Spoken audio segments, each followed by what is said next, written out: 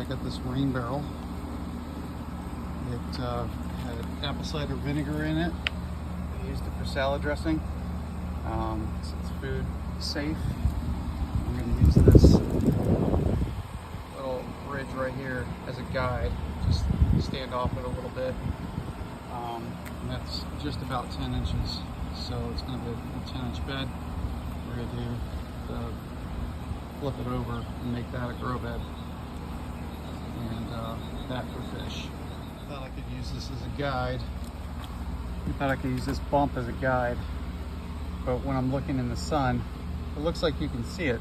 But when I get my tool on it, it starts to disappear. So I just kind of got that, and then wasn't very confident about where I was going, so I had a Sharpie around the whole shebang.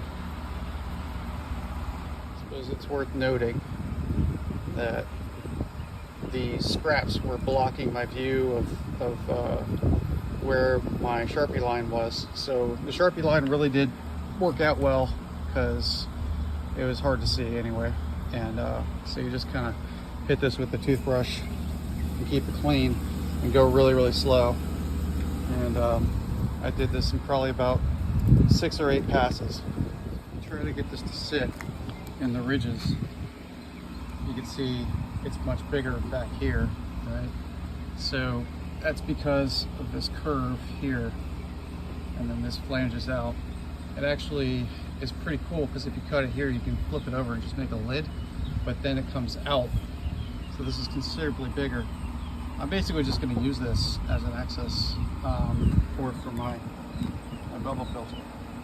So since this is a grow bed and not just a lid, right? So that's going to be a piece of 3/4 inch pipe coming out the back here, and then up and over. Get that going. Okay, my next step is deburring. So take care of all these little plastic pieces here with this deburring tool. Just kind of see if I can even do that. You know, just takes it off. Nice and easy. And then anywhere where it's maybe not so level, I'm gonna just hit it with a little sanding block, just a 2x4, so that I'm doing it by hand, not a machine. This was like an older piece of sandpaper that blew out when I tried to use it after it's been sitting in the garage in the heat, and I just did that with it. So you can see this little edge right here. You kind of hit that a little bit and use the deburring tool. Okay. It was still a little rough. I touched it up with a 100 grit. I'm not trying to get too fancy with it, but just make it so nobody's going to cut their fingers on it. All right. Just do little spots like that. I could just keep going and make it perfect, but I'm not really worried about it right now. So if you look at it sideways, some of that circle or ellipse or whatever is sitting in the lip. I'm going to use that lip for some structure, and basically what I'm going to do is notch this out right here. So I'm going to mark that up, notch it out so it sits down, so this sits more level, and just use the 2/3 of the front of it for structure. And then that little bubble back there will be like service for my air and water. So it's my first rough guess. As you can see, it's still not level. So I'm gonna cut some more out. Basically gonna kind of maintain this, but go deeper. So over here, I mean, it's rocked out a little bit, but you can see it's well beyond this bump down here. So I'm just gonna keep whittling away at it. Go to the bottom of this and out until it sits relatively level. I had to go quite a bit bigger than I thought. To account for this lip here, went deeper, kind of hit my bottom level. Basically, it's looking better. When I go on the top of it and rock it with 2 hands, it's sturdy. It's not rocking. It's not teeter-tottering. So yeah, I'm happy with that. Clean that up and carry on. Okay, got the bubble pump out here on a level surface.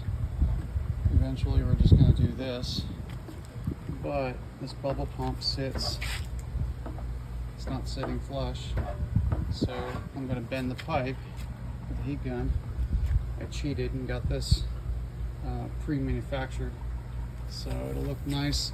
There won't be any burn marks or any of that, but basically this is kicked out and it needs to just kind of sit flat. So I'm going to bend that back and forth and get it to fit, so it doesn't do that. Okay, I got it bent. Let's see, not the prettiest job in the world. I could try that again, but I'm not gonna.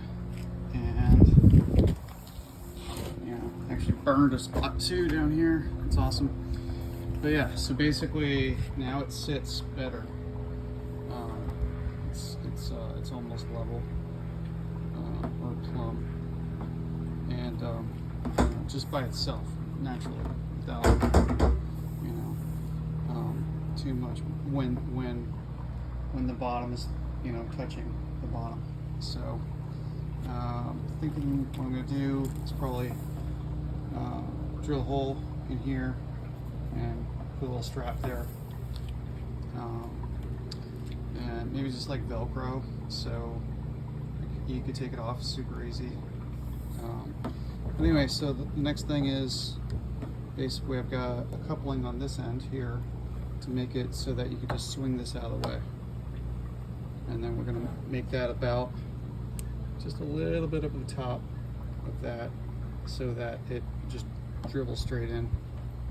That's the idea. So I had this going with 3 feet in 3 feet of deep of water. I had it going another 3 feet out to the top, bubbling out the top, just barely. So I think the fact that I constrained it, I should be able to get it to go half that. So without a problem. Just running air instead of having to run a pump as well. That's the whole idea. Okay, I lied. I touched this again. I heated it up a little bit and then set it down in here and then pushed it where I wanted it, and actually kind of went like this while it was still hot or warm and got it to look a little nicer. It's not 100%. That's why I bought this. So the visible part is like perfect, right? And then, so basically, I think this is how I want this to sit. So this is just a, what, 3-inch pipe, this is 4-inch pipe that this filter sock just sits right down in there. And this goes, and just, you can just kind of knock this around because it's going to be free. It's not tied down or anything. So that's the idea. And then there's your bell siphon. So kind of cut it so they're even. The idea here was to, why am I putting them side by side? Basically, so to maximize the grow bed, so you don't have an area here with, where you can't have a bunch of plants hanging over it, and then an area here where you can't have a bunch of plants hanging over it. I want this all green, and then sneak around the back and do your maintenance. So that's the idea. So lining up these holes might seem like the hardest part, so I figured I'd go ahead and do kind of a before and after and explain how I do it. So basically this already has a line on it from the mold, so bonus. But if you don't have a nice reference like that, you basically just kind of grab a square and you can kind of eyeball it and swing off that pivot point, and you'll see where it hits that number 4-ish, right? You can kind of see where it kind of hits that point, and that's your tangent point. Now, obviously that's not 90 on my line. So you have to kind of try to line that up. And basically 3 points make a line. So 1, 2, 3. After all 3 points are lined up and it looks perpendicular, you're on it. So now this way I just laid this down so that looks like about 2.5, where I'm lining that up. So I'm lining this up, and then, you know, what's half of that is, you know, 1.25. So I'm just gonna do that in both places, and then I've got 2 little marks that should kind of go through the center. So I did it all on both sides, so you can kind of check and make sure, you know, it's lining up. Okay. Now it looks pretty decent. Other than the one that messed up, it's kind of going on the center, and then basically just, you know, lay it on its side and carry that line through. And basically this coupling has a little ridge in there where this sits and then the cap sits. So I'm basically going to drill through the area that's just on the cap, and then I'll just leave this, and then I'm going to do slats or slots through this piece of pipe here. This is glued in to make it easier for when I drill the holes. This is not glued in because it doesn't need to be. So there you go. Okay, so the first time I made one, I made it with the biggest hole because I was worried about the flow, and the smaller, I know it might not look like that, but this 1/2 inch bit, a lot of stuff was just flowing right through. So I went a little smaller this next time, and it had 0 of these smaller nuggets, you know, or clay pellets coming through the holes, which makes it, you know, a pain, because you end up cleaning it for a long time until the thing settles, and then hoping that they don't, you know, it doesn't, you know, everything shifts on every cycle. So you're hoping that enough of these big pebbles get in there to clog it up, you know, for, well, about 3 months. So, and now it's fine, but, you know, it's, I'll just go through that again, you know, when it comes time to clean out the clay. So it's, yeah, just use some smaller holes. I mean, this is, I don't even know what size this is. Oh, hold on. What is this? I can't read that. Awesome.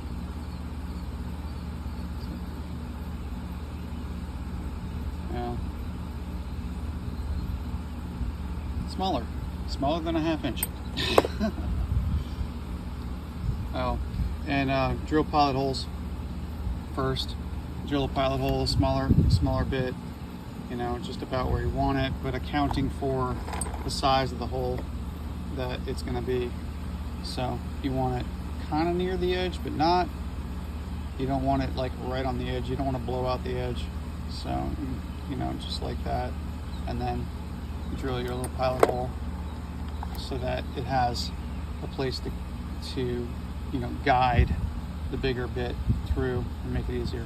So I just go around, usually I'll just go around, drill a pilot hole, pilot hole, pilot hole, pilot hole, all the way through, and then I split the difference with this visually, right? And then I'll show you what's next. So I went even smaller. That was the one I picked up before, but I went even smaller just out of caution, because you could always go bigger, but you can see it's gonna have a hard time getting in there. Oh, and it's lost. Where is it?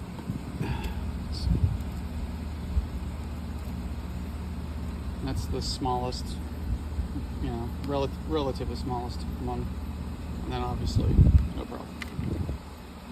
I thought I was going to be able to get 3 rows because that's what happened last time, but this is a smaller diameter pipe, so 2 rows it is, because it's not going to work. So what I did was just throw the square on there and mark it at 1.25 inches. Just I just felt in here, and you can kind of feel it's not going to hit this, hopefully. So we'll see.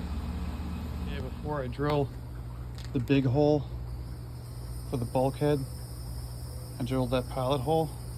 I'm gonna, doing like a dry fit here. See where I want things to sit. It's nice. And then we'll take this out here. And set that. I was worried about the edge of this and the rounded edge on this, right? So basically we're just going to set that where I need it so that this is kind of straight, and you still have room to kind of swing this out of the way to get at the filter with the water still running, right? And it's not in the way of this, and this is going to be blocking that, right? So so basically we just want that to sit in there naturally, as flat as it can, kind of up against this edge but not up on it, and then just drill that hole through, mark my spot. Okay, now I've got it all drilled out, hit it with the deburring tool. Time to punch out the center. Just gonna drill a pilot hole here and then cut the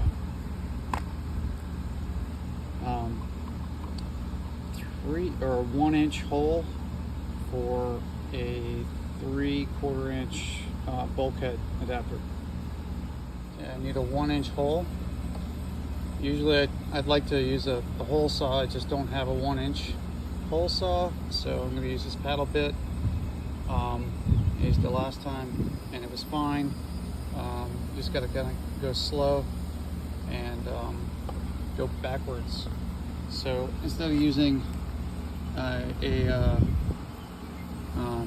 impact driver, I'm going to use just a drill and put it on a slower speed and run it backwards to scrape away at the PVC instead of actually kind of drilling like it's meant to do. So PVC is really soft and it works. Now we're ready to assemble all of this stuff, the functional parts on the top. So got that going. All right, so with this bulkhead adapter, basically you want to make sure that the rubber is on the top of this, not on that, because that will leak. If you sandwich it between, the water will get between the top of the plastic here and the top and the bottom of the plastic there. So you're basically just going to have it sitting there, and it's going to wobble a little bit because it doesn't have anything else to sit on. It's just I mean, I guess you could do a piece like a ring of plastic or something like that, the same width as the as that grommet, but I'm not worried about it because the clay holds it in there anyway. So if you want to look here, I think it's buried, so it might wobble a little, but it's fine. So that's the deal. So just you tighten it up. Don't tighten it so tight that it breaks the seal, but other than that, basically we're gonna set that in there, get the height that we want based on where the clay is gonna lay.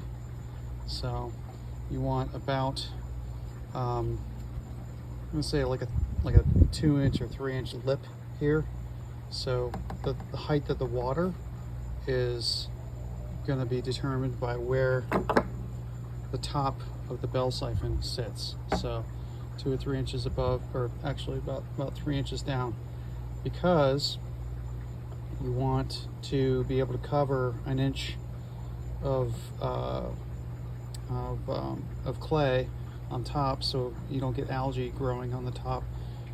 When the water's exposed, it'll grow algae. So just bring that down, and then we'll cut that to size, and then use the rest of this pipe down below for the bell siphon drain with the 90.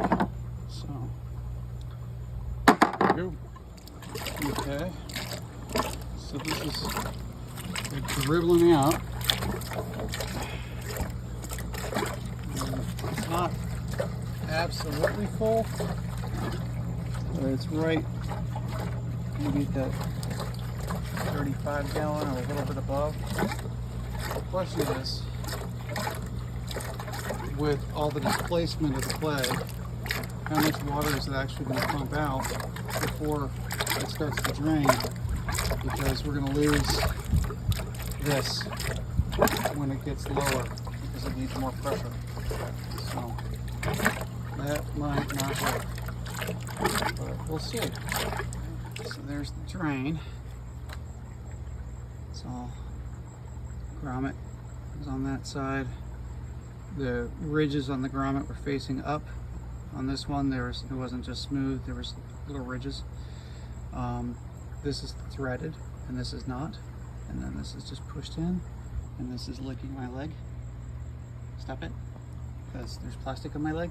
And then from here, we got this guy. So,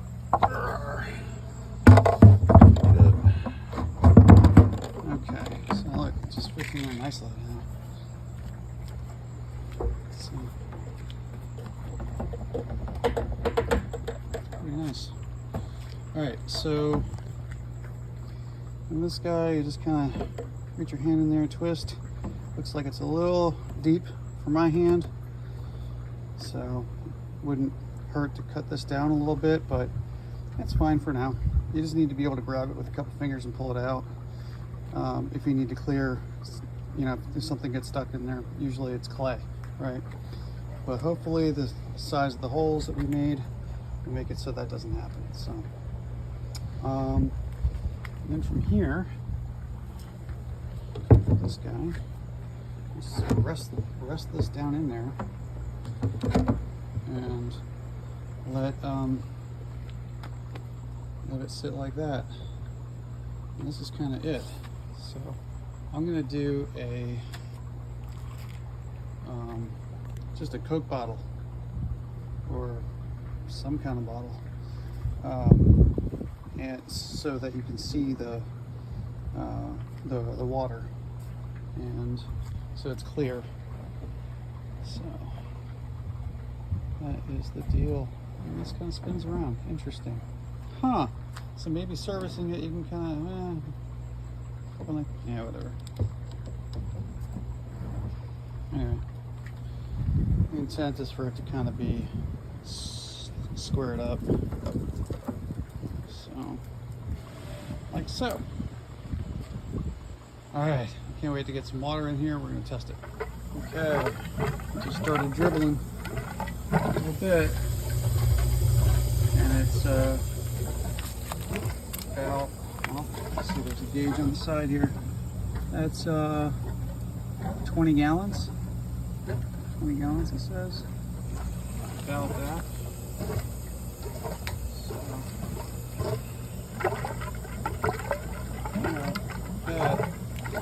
So once this gets filled up, hopefully it has enough pressure. We got 35 gallons is about what we're going to get to here.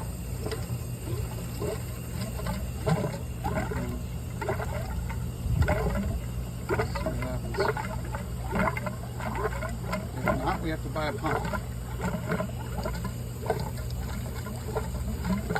More pressure.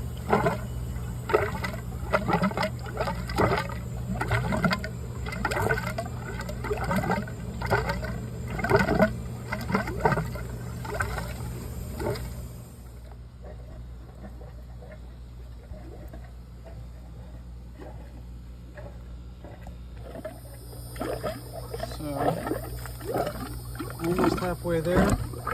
It's still going.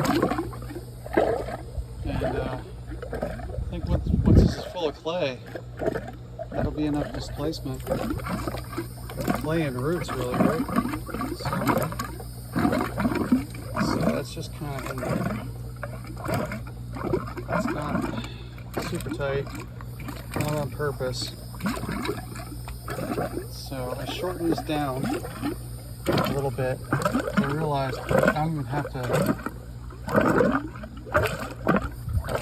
tie it down or anything. If it's hooked, you know, I don't have to tie it down or anything. If it's kind of hooked on this, it's not going to go anywhere. And I think what I'm going to do is get a cap for this, so kind of cut down on the noise. So yeah, I think that's going to work. Jeez. Yeah, it's been rolling for a while now. And I think I misjudged where to cut this pipe, because I'm looking at this lip here. This looks like my good 2.5, 3 inches that I needed.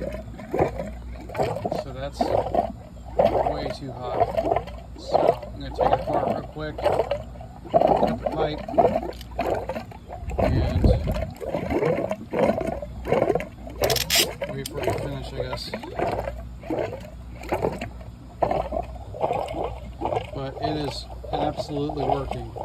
And once the clay is in there, displacing the water, it'll work even better. Okay, so the siphon is starting to engage. Water's starting to spill over. We got that one little air bubble on the top there. But otherwise, I'm just kind of holding it away so it doesn't like block it. This isn't how it's supposed to be, but now it's just flowing. Right? So down below, it's just draining. And then see if I can kind of like crop this maybe somehow. Nope. Okay. Well, alright, so I'm kind of stuck here. Basically,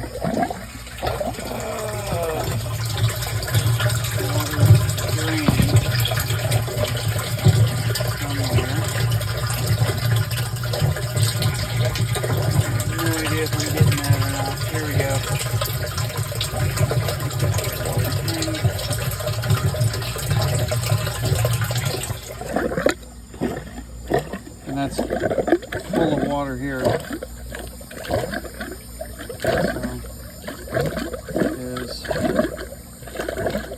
sucking all the water out. You can kind of tell by the size of the slots there. It basically just flushes it like a toilet. So the final thing, I'll have little feet for it to stand on. I'm holding it right now because this is just a glass that we have in the kitchen. Otherwise, this is draining pretty quickly. Let's see the level. And then, obviously, once it's done, it just breaks the siphon. Some air gets in there, and it burps.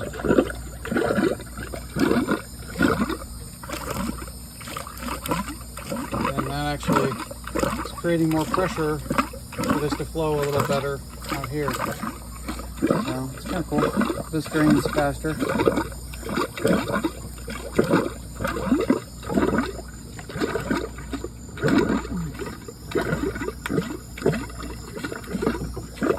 I'm just going to shortcut this and pull it up a little bit. That's what happens.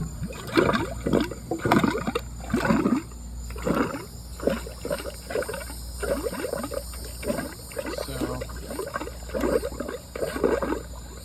that is the system. And then obviously this isn't long enough. So otherwise this would get to darn near the bottom. And it was just for illustration purposes. But yeah, system's working. Super excited.